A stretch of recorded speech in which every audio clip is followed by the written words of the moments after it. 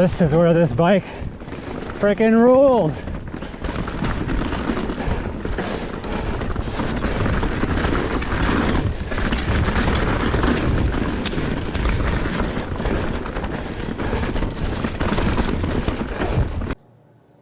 Hey guys, how's it going? I'm Graham. I'm the owner of Bike Bros in Cochrane, Alberta, Canada. And today we're going to be looking at a review on this guy here, the 2021 Marin Alpine Trail Carbon 2. I just want to explain a little bit before what's going to happen here, because this wasn't exactly the plan. For one thing, tomorrow I think this bike gets released to the public. So we're really fortunate that we got this bike early from Marin. It's been one that ever since we saw the first Etch-a-Sketch pictures of this guy and a geometry chart and a spec list, basically all of the staff were super stoked on what this bike could be. We already had a few of our staff members riding the previous version of this bike last year, and so we already had a pretty huge soft spot in our hearts for the Alpine Trail. But then when we saw what was happening with geometry and spec and everything on this bike, and the fact that it now came in carbon, our stoke was pretty much at 10 out of 10 level. So this bike showed up about 10 days ago. It's now the beginning of December. We would typically not be able to even touch our mountain bikes this time of the year. There'd be snow on the ground, we'd be fat biking, and this would have just sat in the store and we would have stared at it until March or April or whenever the snow finally melted. So because we've already had winter twice this fall in this part of the world, trails around here were super busy. I started with a goal of wanting to review this bike and give it a good, honest review. So I went out to the trails, and there's just a couple trails in this area that were in just like primo condition. And it just so happened that everybody in this region was at those trails. So I would leave, I would have a little bit of an idea, like if you've seen when I cover other new bikes in the store, what I like to do is basically just an unscripted, just talk about the bike in a way that I would talk to a customer about the bike.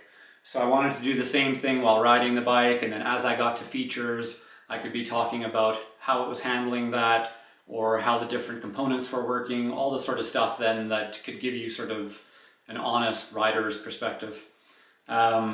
Unfortunately, or fortunately this year, like I just kept on running into friends everywhere I went, which was awesome, but I lost track, and so I ended up on the same trail, I think 5 days this week. And I hope that I've been able to piece together enough little things. It's going to be a little bit herky-jerky, and I will come back at the end of the video after I've tracked through, like I've got hours of footage that I have to find and see if I can cover all the bases that I wanted to cover. I'll come back at the end to sum things up, and you might see me pop up in front of the bike again in this lit basement studio I've got here, if there's something that I realized that I missed. But just if it seems a little bit podgy about the whole thing, I just want to give like a good honest review right off the bat. And when I say honest, just remember, we are a dealer of Marin. I will try and be as honest as possible, but I can't say I'm unbiased because I'm not. Like, we've had a long relationship dealing with Marin, and we really love the people that we deal with there. It's a rider-run company, it seems to us. They're super cool guys. We also sell the bikes, obviously, so it's in my best interest to sell stuff that's awesome. But that's why we sell this. It's not a case that I'm going to make it seem awesome because I sell it.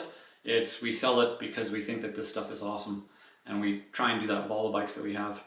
Also, one other thing is, so in this video, all the point of view stuff, I'm wearing a new GoPro Hero 9, which I've been super impressed with. It's my 4th action camera, and it's the first time I've actually had one that I press record and it actually does its job. So after 6 or 7 years of trying to do videos, I can finally do it because the camera isn't a piece of junk. But I have a max lens mod on that thing, and that is a little bit bigger lens, and so what I'm finding is that now that I've filmed all this stuff, my voice is a little bit muffled, so give me a little bit of a break on that, but hopefully watch it. I know for myself, I love watching other people riding cool trails, so I've tried to go to a trail and ride sections of trail that at least, if nothing else, you get, if you had an eyeball in the middle of my chest, you get that view of a trail, and it's a pretty fun trail. There's lots of rocks and stuff like that, so you get that nice doof doof doof kind of sound effect. I'll see what I can round up from all these videos, and I'll meet you at the end again when we talk about a summary on this bike. It's not a full glowing review, although considering everything this bike does, I am glowing and buzzed about this bike. Like, this is going to be my bike and I'm going to personalize it. But I'll show you a couple things that maybe weren't awesome, and we'll see you at the end.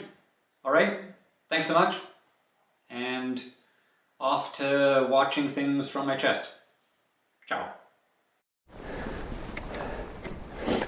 All right, so here we are. We're on Prospector, which is a trail just behind Exshaw, Alberta. This is one of the area's go-to trails, I would say, and it's a blue trail that maybe has a couple black features on it, which means they call it a black trail, but either way, I'd say it's a good trail as a test on something like this Alpine Trail. The reason I say that is I could quite easily imagine that on Prospector itself, you could probably have two stages of an enduro race. You've got all sorts of stuff from techie bits where you have to pay attention. Hey guys. Hey, how's it going? Good, how are you? So yeah, there's techie bits, there's easy climbing, a couple really punchy sections of climbs, and then there's a couple drops, wooden features, with one that ends up being something like a 6 foot sort of drop to flat, almost, you'd call it. But overall, I'd say, like, if you're using the term enduro bike, you're talking about a bike that's designed just for stuff like this. I'm able to pedal myself to the top. That's courtesy of both the geometry that's pedal friendly, and that is also due to basically having suspension that's set up that basically supports you quite well without doing it too much, that you end up sort of anti-squatting yourself out of the travel and basically ending up with too firm of a bike, which can happen on some of the bikes if they overdo the anti-squat, and largely that's noticed. Either you end up with the feeling of biopacing on easiest gear climbing, or just the fact that your traction isn't great because you're not sitting in your traction as much when you're, or in your suspension so much when you're pedaling. So from a couple tests so far on this guy, it is drawing an excellent line between efficiency and still keeping that suspension active, and that's even including some out of the saddle stuff where that's a hard one to get not feeling too mushy or firm. So kudos to the guys at Marin that have been able to take a single pivot suspension design and give it fancy suspension design performance. And it shouldn't be a surprise.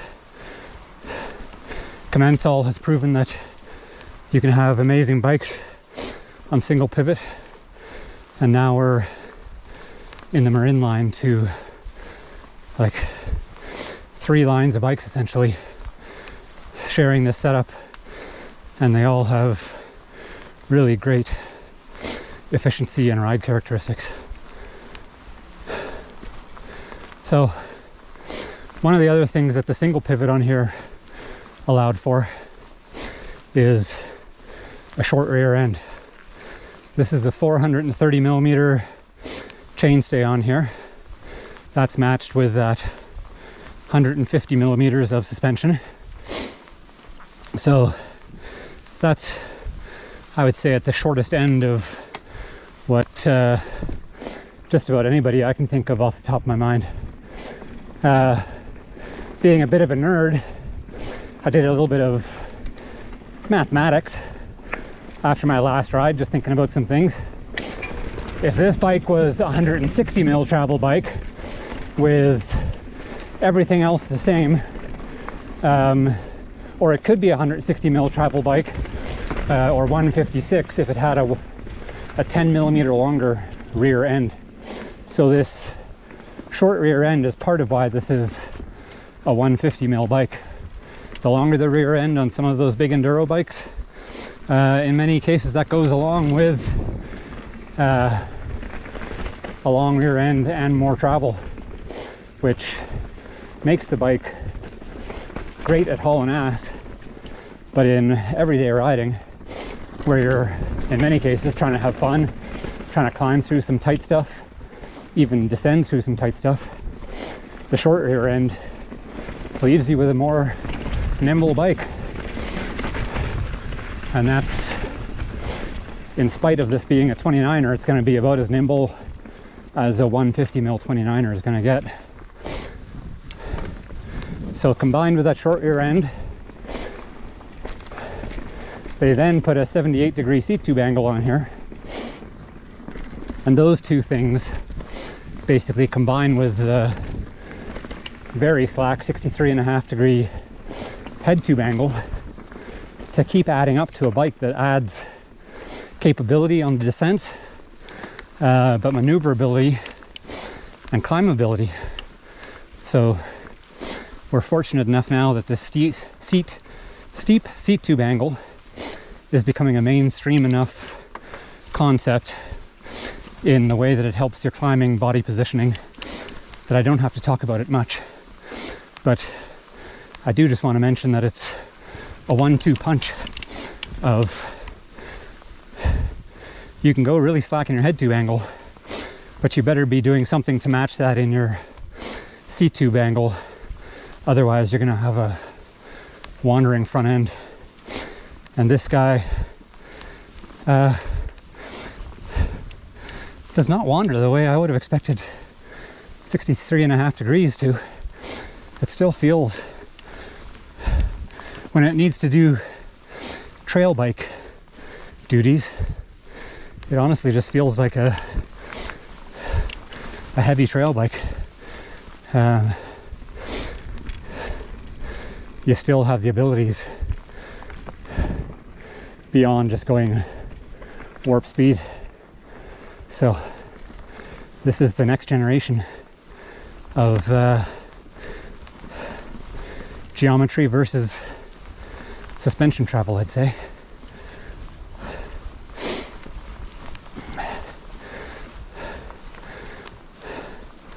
So I'm 6'1". I'm on a size large. Large in this case means 480 millimeter top tube. I will admit I was a little bit nervous that I should have gone XL, and a couple of us that are similar height in the shop rolling around inside, and I think we both were kind of wondering, oh, maybe XL is our size.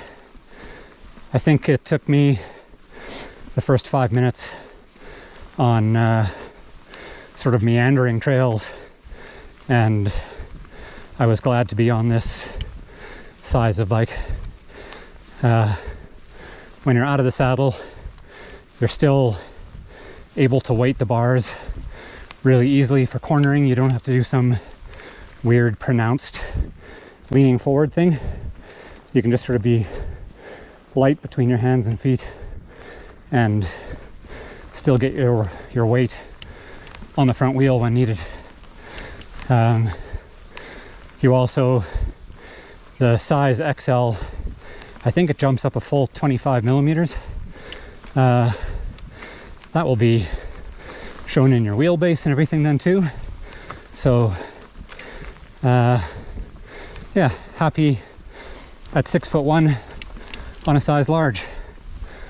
I do have long legs, short torso, so I would still say that 6'1" is a practical size brake, or that's what I'll be recommending, where I expect probably 50-50 customers are going to go either way, even after trying.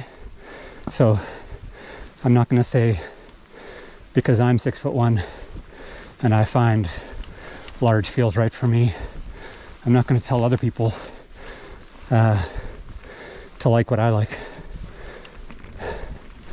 And those brakes and sizes I think are pretty logical.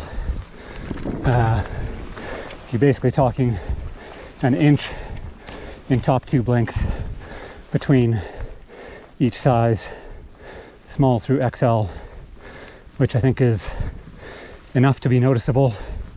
Not so much that someone's going to feel like they're stuck with some huge gap that they're in the middle of.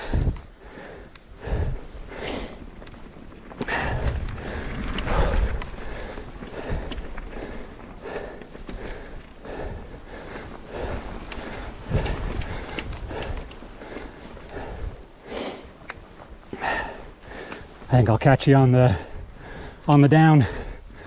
All right, I'll do one of those hand things going into the screen like an idiot.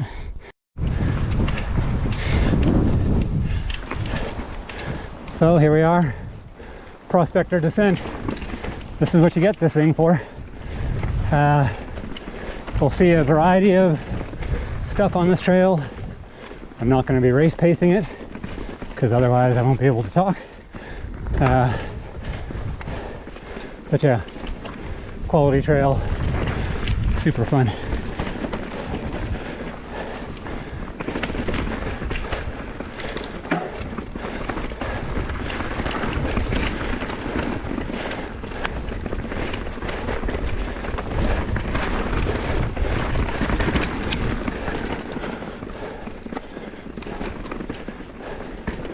So while I was climbing, I didn't talk about the weight. This bike is a 35-pound bike, and it really isn't any kind of an issue. It is exactly what people customize their enduro bikes to be, meaning spec on tires, a 38 fork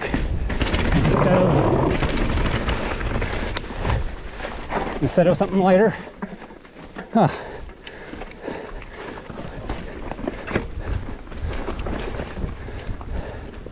Screwed that line up. I never go up high there. So that 35 pounds, that reflects the fact that we got double down ass guy on the back, Exo Plus on the front. This is still totally stock, so it's got tubes in the tires, and of course the Fox 38 that's on the front of this thing. Each of those things increases the bike's capabilities, but weight goes up when you do that. So I know these tires are a little bit slow rolling. I know the weight beforehand, otherwise I might be a little bit surprised to hear how heavy this bike is while it's still fun and maneuverable. So that's the downside of doing too much homework. Just like if I hadn't known the head angle on this guy, I would have guessed it was slack, but I would have probably figured 65-degree head angle, because it doesn't feel that different from the Pivot Firebird I've been spending time on.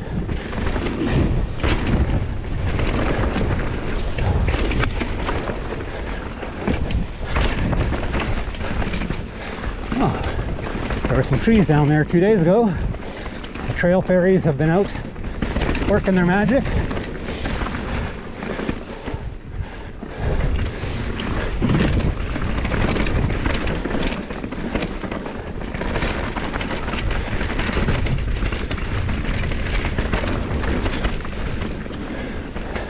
These ass guys, you can see why people would think it's worthwhile to weigh their bike down with them, because they're grippy suckers.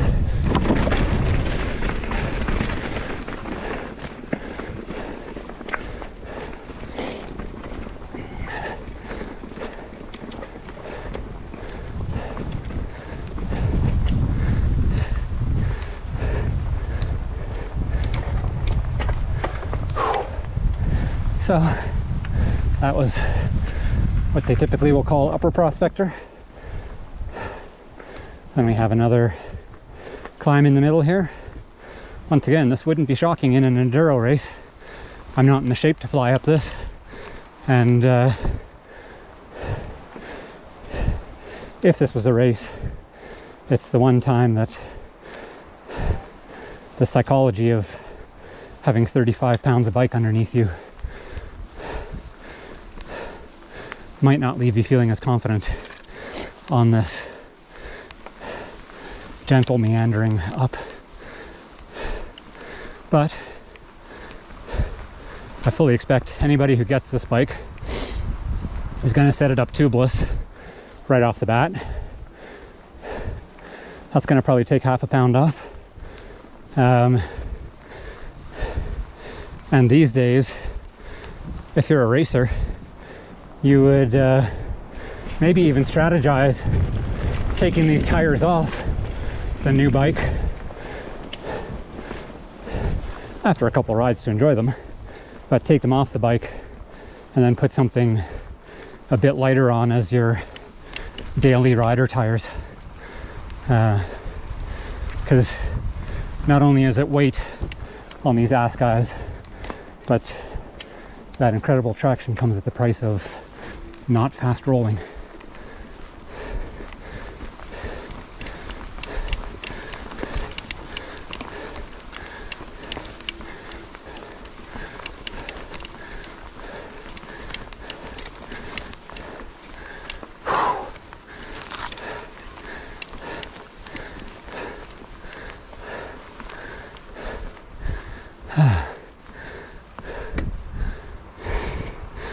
Pretend I'm just stopping for the video, but I'm out of breath. I'm not in good shape.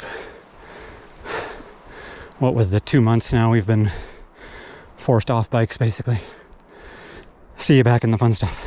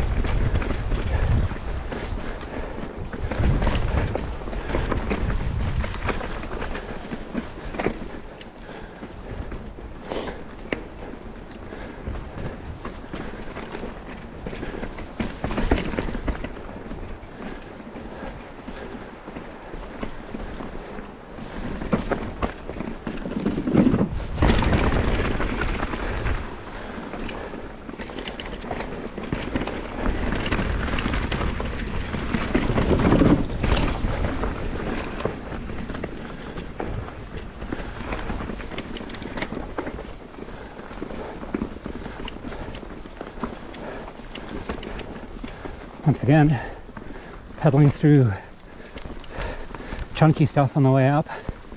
The 170 cranks let me keep pedaling. I don't have to be mega cautious for pedal strikes with the shorter cranks.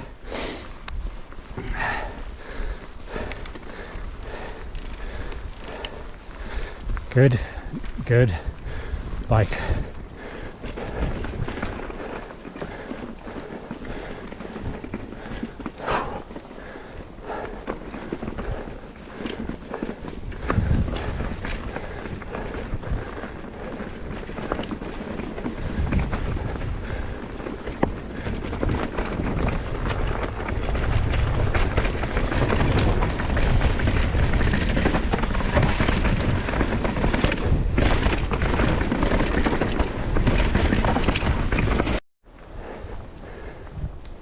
I should mention my couple things that I was a bit nervous about before taking this guy out for a ride.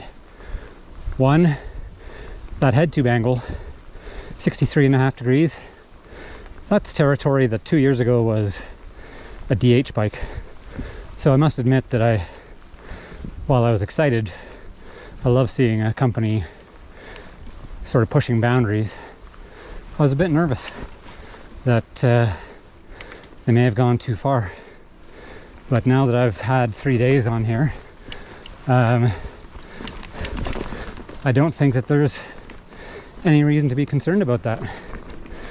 Another concern would have been, and that's largely about the fact that I'm trying to use a stock version of the bike for these tests,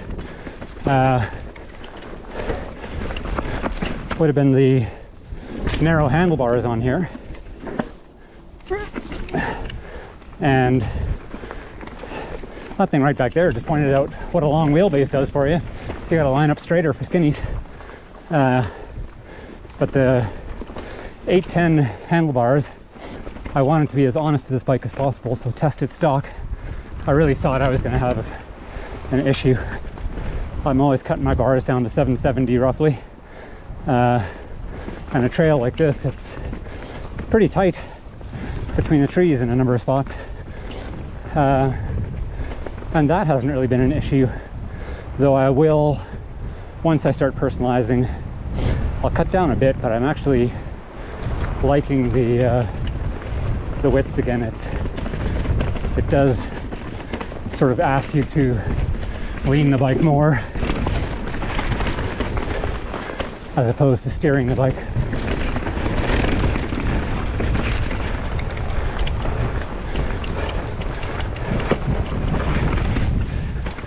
There's a very rare uphill pedal strike on that one. I think that's maybe one of my first.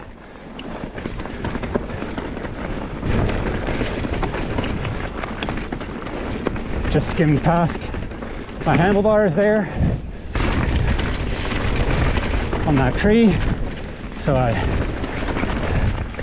speaking a little bit early, but also getting into one of my favorite sections of trail here too. So I'm not really thinking on it, just riding along. That little thing there that I just went over, perfect example of short rear ends being good, because it's super easy if you came across that as a surprise to quickly lift up into a little last minute manual.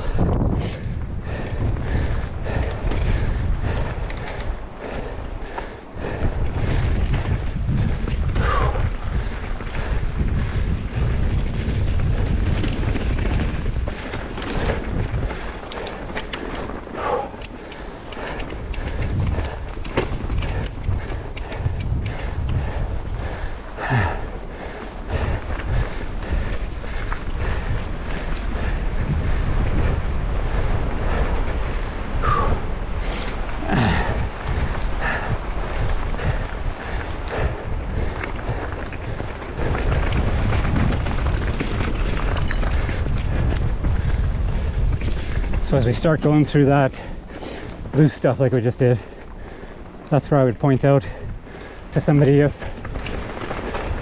this was their first step into modern geometry bike, you must keep weight on the front tire. If you get lazy, start sitting back, taking in the scenery, front wheel will wash out.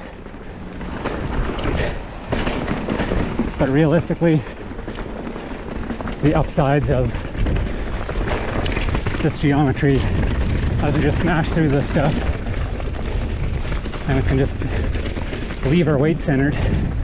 The upside of modern geometry is just such an overall plus.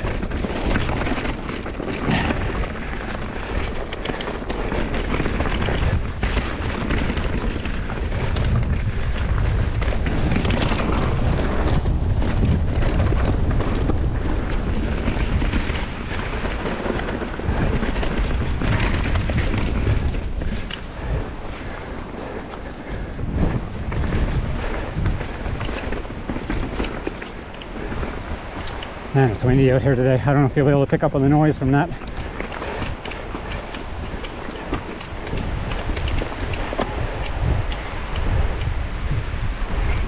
Hey guys.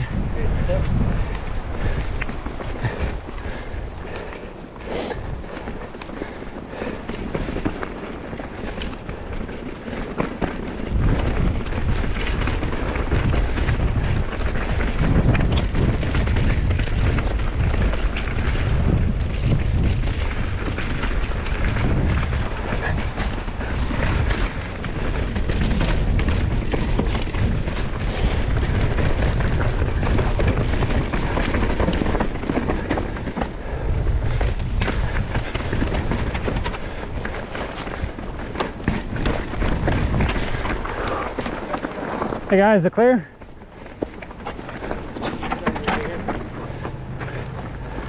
Go for it. Thanks.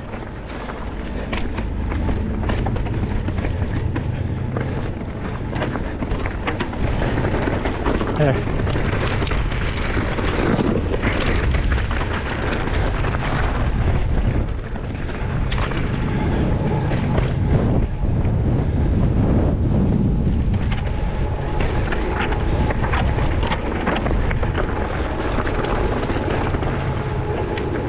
So what do you think? Is this kind of what you would call an enduro style trail? Because in my books, this is pretty much what these bikes are designed for. Everything under the sun, as far as terrain, rocks, speed, tech. There. Sorry, buddy. No worries. You want to go? Sure, you're all good there? Yep.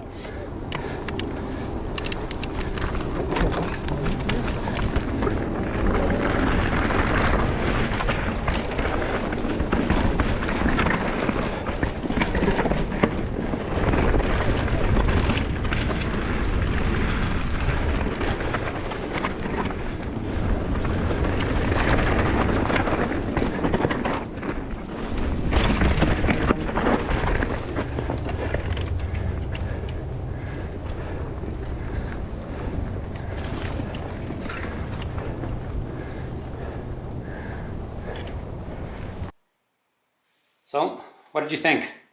That was pretty much my riding review of the 2021 Marin Alpine Trail Carbon 2. I didn't go into much detail about the specific parts as I was riding. I thought it was more basically talking because we've got a fresh new frame design, suspension, geometry kind of combination. But I do want to touch on the components a little bit right now. And then I'm going to touch on the few places where there were technical difficulties and sort of my thoughts on that sort of stuff. So let's just go do a quick look over the spec, my comments on that, and then we'll show you where this bike kind of screwed up. All right. So to start with, the highlights of this bike, this Fox 38 Performance Elite fork with the Grip 2 damper. This is really, I think, integral at this level of bike. If you're going to have a 63.5 degree head tube angle, and if you're going to ride the bike relatively hard, the front end of this bike was just super precise, stiff. You never felt like you had like a fork that's out front, kind of flexing or doing weird things at all. So that was awesome. The SLX 4-piston brakes, totally flawless. Not a care in the world about them. They didn't have the migrating bite point or anything. or if they did, it was minor enough that it never really stood out in my head. Another highlight, this Fox DPX2 rear shock. It worked beautifully. It was so plush and so nice on the small bumps, yet handled the bigger stuff really well. I've been used to messing around a fair bit with Fox X2 on the Pivot Firebird. I've been riding a fair bit this year, and there's a lot that you can screw up on an X2 if you're not paying attention to your adjustments. On this guy, I basically set my air pressure. It's at 225 psi in this case, and I'm a 175-pound rider, so you do have to set it a little bit high. But I just set my air pressure and my rebound. I never felt any temptation to touch that open or firm switch. I mean, that's not a typical thing for me anyways. I find that more often than not, when you touch that, you regret it because you realize that it's in some sort of not plush setting when you start descending. But that rear shock felt awesome. The clicking that I point out in the video, that is these FSA gradient cranks and the bolts that basically hold them on each side, basically holding the arms onto the spindle. This drive side bolt, that had come just a tiny bit loose. I just happened to be at the trail with my toolkit, not a torque wrench or anything, so I couldn't check exactly, but that one, there was room to move. The other side, however, that had backed off a couple turns, I think. I hope that was not enough that it made sort of a lasting impression on cranks, which sometimes can happen if they get loose enough on a spindle. It actually wears the sort of bore on the crank arm so that they will never stay tight again. So hopefully that wasn't the case here. It was nice to know that the creaking was a case of a loose bolt that I could tighten up, take care of. The video that you basically saw there was mostly my third ride on this bike, and I ended up going on 2 more rides on that same trail after this. After I tightened up the cranks, I never heard the noise again, so I'm feeling pretty good about that one. But that is a potential hiccup, or if you maybe end up with a bike like this, just keep an eye on those crank bolts.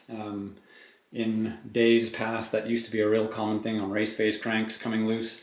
I suspect this was the case of me just being so excited to take the bike that it got thrown together quite basically in the shop. It didn't go through our 3-step assembly, quality check, pre-delivery check like our sort of in-store bikes do. So there's that dropper post. That'll be getting upgraded to a 210 dropper. As you can see, there's an awful lot of not dropper part of the dropper post sticking out above the seat collar. But to be fair, a lot of companies would be all progressive and stuff and putting a 170 on there. I'd still put a 210 on because I have freakish long legs. So that is a thing I will change. Lastly, if you actually watch the detailed sort of coverage of this bike, which is the other video I did on it, I have to find that spot again. You might have picked up on the other side of this rim, but I'll show you the more obvious side. At some point, I did that to the rim, and that was without me getting a flat tire. So, I mean, double down casing is more than just an enduro thing. It could be the thing that allows you to ride inner tubes and be less likely to get pinch flats. You can see from the cross hatching on the tire here, tire pressure on these guys is about 26 psi. When I'm riding tubeless, I would typically be riding rear tires at, say, in this size, 24 psi. So I really would have mangled that rim if I was running tubeless. So it might have just been, you saw the kind of trails that we were riding on. There's a lot of exposed rock and sharp edges. There were one of the rides, we were having a bit more fun than usual because I caught up with all the shop staff and maybe we were having a bit more fun in the rocky stuff. But just a thing to keep an eye open for. And I'm not even going to pretend this is the first time I've seen a Marin rim do this. On our head mechanic Keith's bike last year, he absolutely mangled a rear rim, and I just basically blamed him because he's an absolute shredder and he has a habit. You could put any kind of rear rim underneath him and he will tear the thing to shreds. So the rim is maybe cause for concern. One thing to keep in mind, this is a $5,500 bike. I have full intentions, and even before I wrecked that rear wheel, had full intentions of upgrading this with VR1 wheels. And that's partially because I am a geek who absolutely loves both VR1 rims and also really high quality rear hubs, especially free hubs. I have broken a pelvis before from a free hub exploding on a descent and locking up on me. I don't need to do that again, so ever since that happened, I have only ridden on high-end free hub bodies. So the wheels may be worth an upgrade anyways, but think about the fact that this $5,500 bike, you add on $2,000 to it, you upgrade that dropper to whatever you want, you put absolute high-end VR1 on i9 hubs on here, you're still at $7,500, and that is the price that other companies would have a similar spec, but still with half garbage wheels on there. So keep in mind, this thing, you get to ride out of the store, go for your first enduro race, destroy some wheels, and pay for your new wheels with your pro enduro winnings, who knows. Other highlights that I mentioned, the SLX4 piston, they work awesome. The XT SLX combo of shifter and derailleur almost never got mentioned because, I mean, that is just one of the most trusted combinations of drivetrain stuff out there. The Shimano SLX cassette, super nice and crisp. I did shift under load a few times. The bike seemed quite quiet. I don't think you could hear anything. You could hear a creaking crank, but you couldn't hear on the descents a change smacking around. So that's always a good sign. One last thing. I'm going to say this because Pink Bike, if they point this out, the cable routing, I think this is just kind of raw cable run through carbon with these rubber plugs in place. The reason I say that is, like, if you just look at the little kind of slivers on the housing there. So it's not a guided cable through the frame there. That said, I wouldn't pay more to get a guided cable through my frame. I thought that everything else on the bike, the bars, the stem, these Ascii tires, huge fan of all of those major components. And whenever I'm shopping for a bike at this level, I'm typically looking for the bike that leaves me with the best suspension, drivetrain, and brakes, but that still leaves me being able to put really high quality wheels and my extra long dropper on a bike. So this bike is kind of for the way I shop for bikes. It's perfect. It might not be everybody's idea for how to shop for a bike, but I think that, man, for what I value, this bike just nailed it. Love the angles, love the performance of the suspension, the components, the price. If I didn't, maybe if it wasn't bad luck on that rear wheel, I wouldn't have even pointed it out. So I didn't get a flat though. So we are Bike Bros. We're a bike shop in Cochrane, Alberta, Canada. We love talking about bikes, and we love putting people on the bike that is going to put the biggest possible smile on their face. If you have any things that you would like to see in future reviews or want to know about this bike, I'm trying to respond to as many comments and questions as possible. However, it is starting to become a little bit of a task. Man, we get a lot of questions on our YouTube page. We're on Instagram, we're on Facebook, we're on the internet, all that sort of stuff. If you're looking for a Marin in Canada, consider us if you don't have a local shop. Otherwise, support local. Cheers, bro.